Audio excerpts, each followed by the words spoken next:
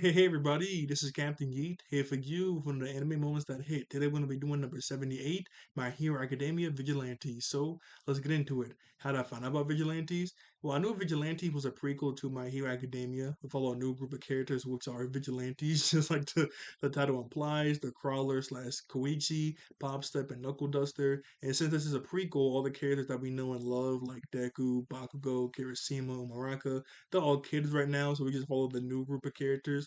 All the pro heroes that we do know and love, like Eraserhead, All Might, Present Might, Big Knight, they are in Vigilantes, but they don't really. They're not with the main group. They just kind of help out the main group every now and again, intentionally or unintentionally. But yeah, they're in the main story though, which is kind of cool. And when My Hero Academia ended in the manga, I was planning on reading Vigilantes because Vigilantes already ended.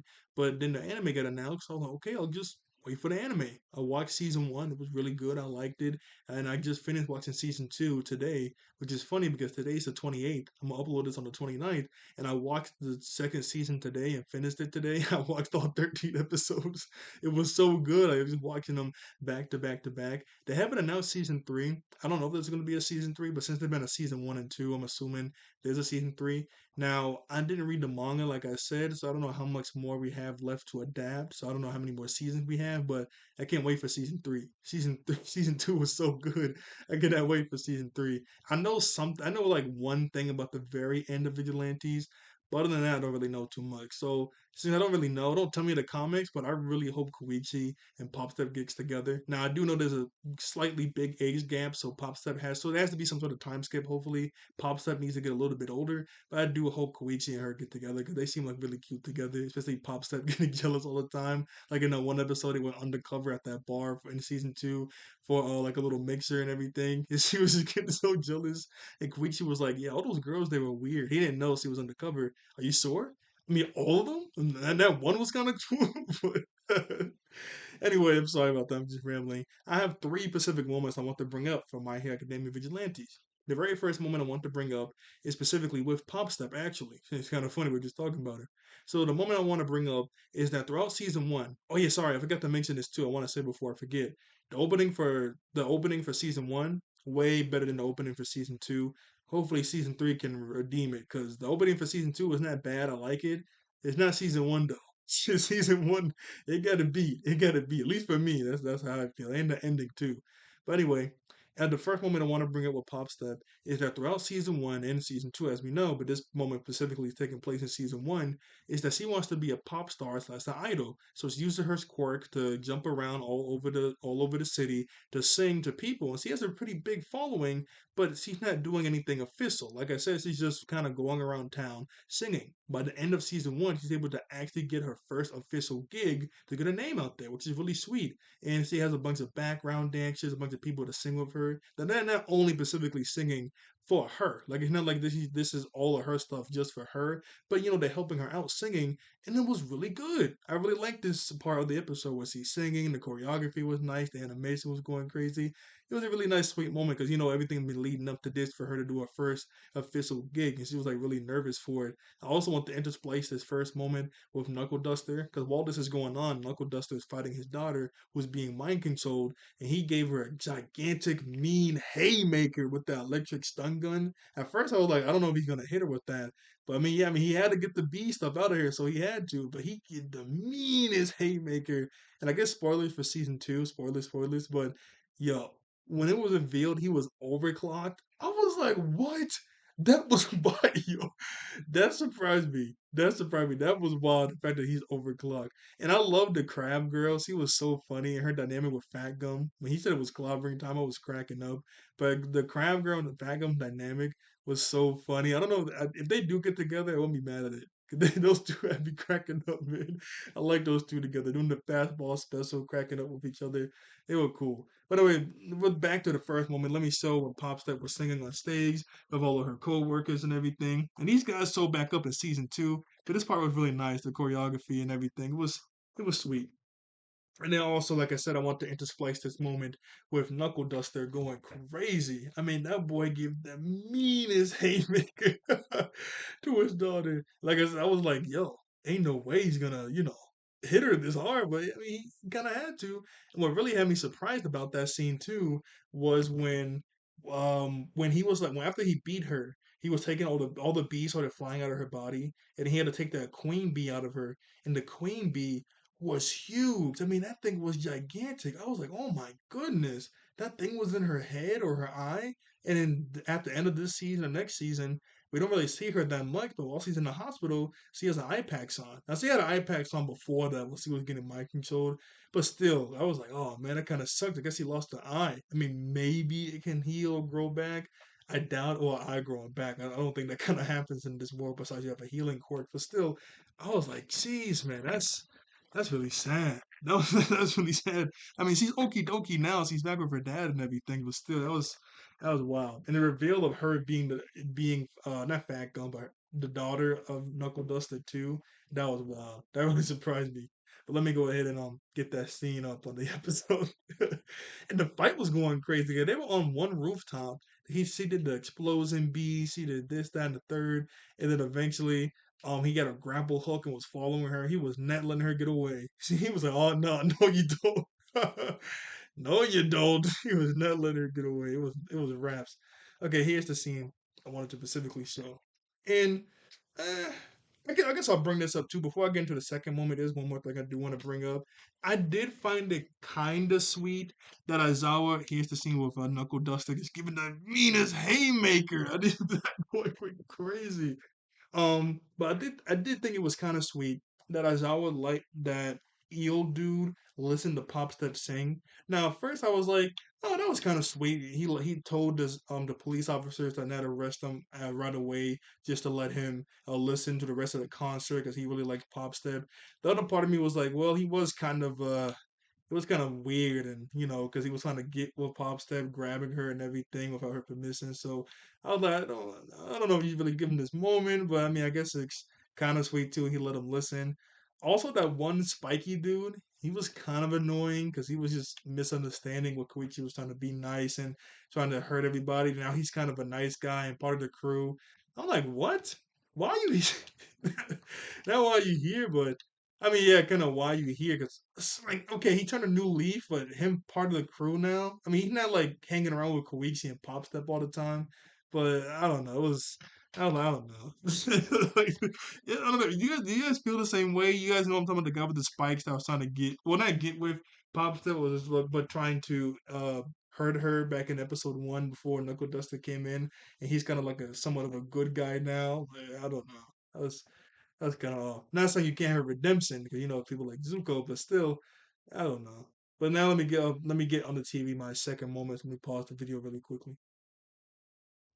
Okay, so the second moment I want to bring up in My Hero Academia Vigilantes is near the end of season two. We get the flashback with Aizawa and Surakumo dies, and Aizawa was fighting off against that giant toad monster that was using Trigger. They don't specifically say it was using Trigger, but when he beat it, you saw the tongue. Yeah, he was using it. And what's really sad about this moment is we know that Sirakumo died, but we hear about that in the main story. We know that Sirakumo is Kurogiri, that's like a regular looking Nomu, basically. But what's really sad about this moment is obviously we get like 2 to 3 episodes of Sarah Kumo being pals with everybody. We get to see his personality. It was really funny, especially with Midnight.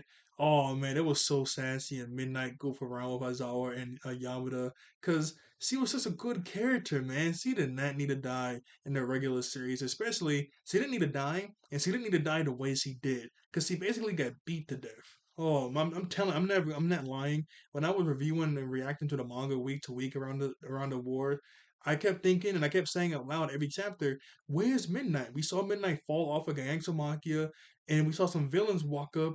What happened to her?" I kept saying that every chapter, and then we found out that she basically got beat to death, and the children, well, not children, but Mina and everybody found her body. Man, I was sick to my stomach for a few days, maybe a week. I just kept thinking about like, oh, like just what happened to Midnight was just so gruesome. She did not need to die like that. I don't know why Horikoshi did that. And just seeing her pal around everybody here, answer Komoka, I knew he was gonna die eventually. I didn't know he was gonna die the way he died. Because every time they bring it up in the original story in My Hero Academia, they just say he died during a mission when Aizawa and everybody else was younger, when they would at UA hide themselves. And we always see this one panel of Aizawa in the rain, really hurt, and he's staring at some destroyed building. So I assumed, oh, maybe a building collapsed on him, or maybe something. Maybe he got thrown into a building. We didn't know the details. We know the details now. In the flashback, there was a gigantic toad villain that could absorb attacks and redirect them at their opponent.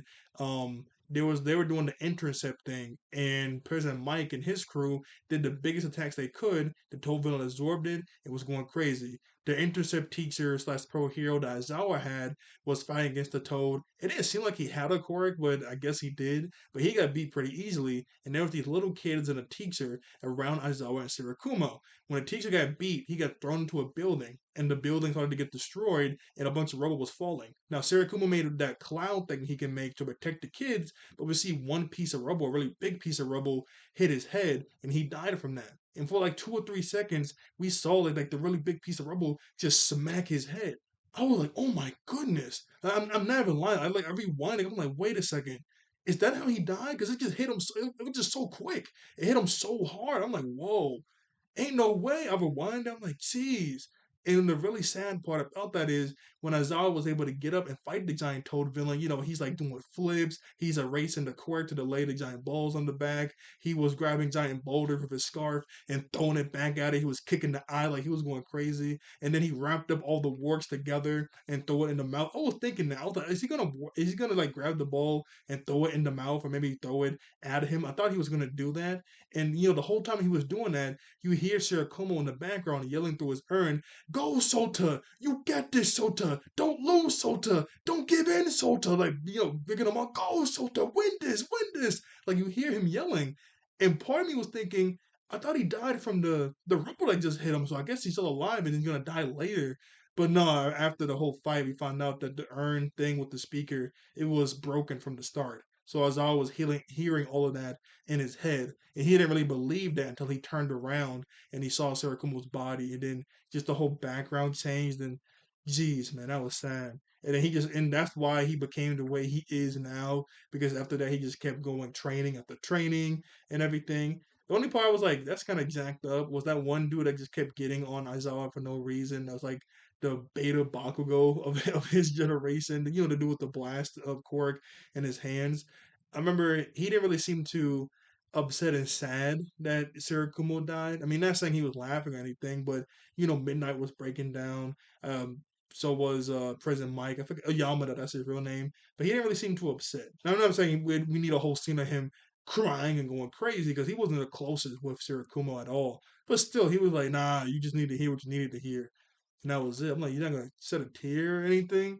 I don't know. But he had a really dope scene where he was like doing the flips. I love the part where he grabbed his scarf with his mouth. I'm like, yo, that was dope. And then he like threw it in his mouth, open wide. That was cool. I like that. I like that a lot. Oh, sorry about that. I kind of checked the camera kind of hard right there. My camera kind of went off the rails. Yeah, that was cool. And the last part I want to show during this part, I have one more part left, is when, like I said, when they realized that the urn was broken, when Azara realized that Surakumo was dead, the whole background changed, and he was just standing there. Before I continue to the next moment, I do want to say I love that slight little moment before the flashback when Aizawa kept saying, "I'm not good with kids. Kids wouldn't like me." We know he's a teacher now. In all the class, when he really loves them. Another thing I really love is when Sirakumo let all those little kids get on his cloud to float, and that one little girl fell off the cloud, so Aizawa caught her and put her back on the cloud. And then while they were walking, Sirakumo was like, "You know what? I think you'd be a really good teacher, or maybe somebody that works with kids." And I was always like, nah, kids don't really like me for some reason. They're scared of me. And then when they let the kids off the cloud to go walk wherever they were going, the little girl that he caught was like, "Bye, Mr. Eraserhead. I like you, Mr. Eraserhead. Bye." And he smiled. I'm like, oh, that was sweet. Nah, kids hate me, man. They don't like me. Bye, Eraserhead. See you next time. That was sweet. That was a really sweet moment. But yeah, this scene was sad, man. And so now I just have one last scene, one last moment I'm gonna bring up with my Hero Academia Vigilantes, and then we'll be done. So let me pause the video one more time and get the scene up on the screen, and then we're gone. Okay, so the third and final moment that I want to bring up in My Hero Academia Vigilantes is Captain Celebrity. Now, when Captain Celebrity first came to Japan, he only came to Japan because he had a lot of allegations on him, so he needed the allegations to cool down. Eventually, the allegations finally cooled down because both of them were fake. He's allowed to go back to America with his wife and his newborn baby. But before that, they're going to have a big celebration to say goodbye to him in Japan at this Sky Egg thing, this super large tower. Anyway, as we know, Seven, well, they don't specifically call these things nomus. They're basically nomus, but they don't call them nomus. But he has these nomus that are like these giant black dragons that can explode. A few of them explode the tower and it's tilting and it's about to fall and kill everybody. Captain Celebrity flies over, he holds it up, but while he's holding up the sky egg, this giant black dragon nomu starts pummeling him. Each time he hits him with like a regular fist attack, it explodes and he's getting worn down more and more until he looks pretty bad. He looks in bad shape, but he can't let go of the Sky Tower because if he does, everyone is going to die. And I just love that one little one liner he says when he goes, this wasn't part of the gig, but I can't say no to a fan. That's so corny, but that's what I like. When he first popped up in season one, it was a little annoying, but I kind of warmed up to Captain Celebrity, especially when we get his backstory. Not like his whole backstory, like when he was a kid, but we get the backstory of how him and his wife met. When they met in college, at first he was just trying to get her to like him because he was like a people pleaser. He wanted everybody to like him. But eventually, he just wanted to make her smile because he loved the way she smiled and fell in love with her. Eventually, they got married. As we know, she's pregnant now. But the allegations happened. He had to go to Japan. But when during the backstory, it was really sweet. What's also really sweet is I remember like a few weeks ago, I saw an edit of the backstory with I almost said, "Oh my!" I saw the backstory with Captain Celebrity and his wife. It was like an edit of it. It specifically started off with the next episode when he's hurt in the hospital. She runs in and starts punching him because she was so worried for him. She starts to cry. And then it goes into like the regular backstory. I thought that was really sweet. And then just watching it regularly was really sweet too. Like, it was really nice. Especially when they're in that what's it called? They're in that restaurant and he's proposing. She looks really beautiful in the red dress, and she says yes. He flies her up in the sky. Like, like they're a cute little couple. They're a cute little couple. I know Vigilantes is over, but I would like to see more of them. They're really sweet together. They're really sweet. And another moment I do want to bring up with Captain Celebrity, which is really nice. So after the rest of the pro heroes catch on to what was happening, they're able to jump out of the weather egg. They start to help hold up the building, so it's not just Captain Celebrity doing it. And while this is happening, Captain Celebrity, like I said, he was just beaten down. I mean, he was worn down because that one Noma was just beating him so much to where he lets go of the weather egg because all the other heroes have it. And while he's falling to his death, he's thinking to himself, was this enough to put me back in your good graces, my sweetheart? Is this enough to be worthy to be with someone like you? And then while he's falling and like phasing in and out of consciousness, Koichi, he jumps down.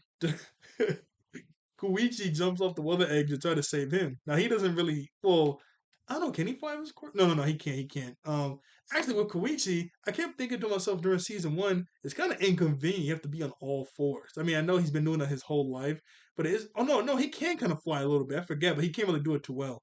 But it's kind of inconvenient to be on all fours. I know he's done this his whole life, but it's really inconvenient. He can't like stand up straight and use it as skates or something. Now he just figured out that ability in this season. He's not too good at it. He still needs to do all fours, but he can't just be on 2 feet. So hopefully in season three, whenever that gets announced, he can like just be on 2 feet. But while he's falling with Koichi, he grabs Koichi and he says, "God, pro heroes, please, somebody help me. Forget about me. Just help this young, courageous boy. Please don't let him die." I was like, what? Yo, that was sweet. That was really sweet. Like, I don't care if I die. Just please make sure this courageous boy lives. I said, yo, that was good. That was, okay, okay. I kind of like got the celebrity now. That was a good line. That was a good line. He's my boy. He's my boy now. I can't believe it. He can't. He's come a long way. He's come a really long way since season one. So actually, I want to show that one scene where they're saying goodbye to him, and he was gonna. Well, I don't want any spoilers, but when he was leaving on the plane, remember he says there's two specific people he wants to mention that really inspired him to change. One was Makina, obviously his manager helping him with all the stuff, and two, he can't say the name of the second person. Now, Koichi thinking it's All Might, But I'm assuming it was Koichi, but he can't really bring him up because he's a vigilante and everything. But yeah, I'm assuming it's him. But I do want to show this one shot, this one more shot at the wedding, and then I'm gonna show when they say goodbye, and then we'll be done with My Hero Academia Vigilantes. Before season three come out, I might do reviews for season one and two. I don't know because I was kind of planning on doing reviews for My Hero Academia season one through six because I don't really have any episode reviews for season one through six. So I might do that. I might do Vigilantes first, season one and two, then one through six, and then I'll do season three if I have time. I don't know. If you guys want that, I might do it. I might not. It's a 50-50. Let me pause the episode really quickly and get those other scenes up really quick. Okay, I'm back. Yeah, the next scene I just want to show really quickly when they were all saying goodbye to Captain Celebrity. That was nice. I really warmed up to him. Hopefully he's in a game eventually later on, but I don't know. Well, actually, I guess he could be DLC because I doubt they're ever gonna do just a solo Vigilantes game. I doubt that's gonna happen. But if they ever have another My Hero game or maybe an All Justice, because all the DLC is not out for that yet. Maybe in All Justice they can have some DLC for Vigilantes. That'd be really sweet. But that's everything with My Hero Academia Vigilante. So, like, share, and subscribe. I'll see you all next time. Thank you all for watching. I think all of them are woman human beings, and I'll see you guys next time. All right. Bye bye. Actually, I do. So, that one moment when Koichi was like, fangirling over All Might signing his hoodie, and Captain Celebrity's like, huh? I don't remember you being that happy when I give you my autograph. That was and Koichi after the time skip. Koichi said he's gonna stop being a hero. I really hope he does. I mean, I know he's not an official hero yet, so I really hope he can get his license or something. Cause, or does he? I don't. Oh no, no.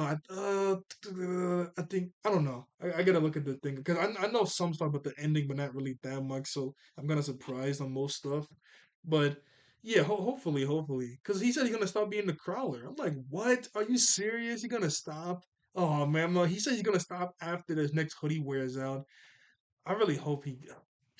I don't know. I don't know. I don't know. But yeah, that's about it. So yeah, bye, bye. Oh yeah. Fat Gum's outfit. I kind of like his outfit in Vigilantes more than his regular outfit. But I mean, hey, that's whatever. Maybe that can become a skin one day in whatever game. Because his outfit pre time skip, it looks a lot nicer than his new one. Now his new one's not bad, but his old one is kind of cool. I like it. I really like it. But okay, yeah, that's it. Bye. Get you a girl like what's her name? Captain Celebrity's girl. She was really pretty. She was like she was just crying over him because he got hurt. That was nice. That was a really sweet scene in the edit in here too. Okay, now I'm just rambling.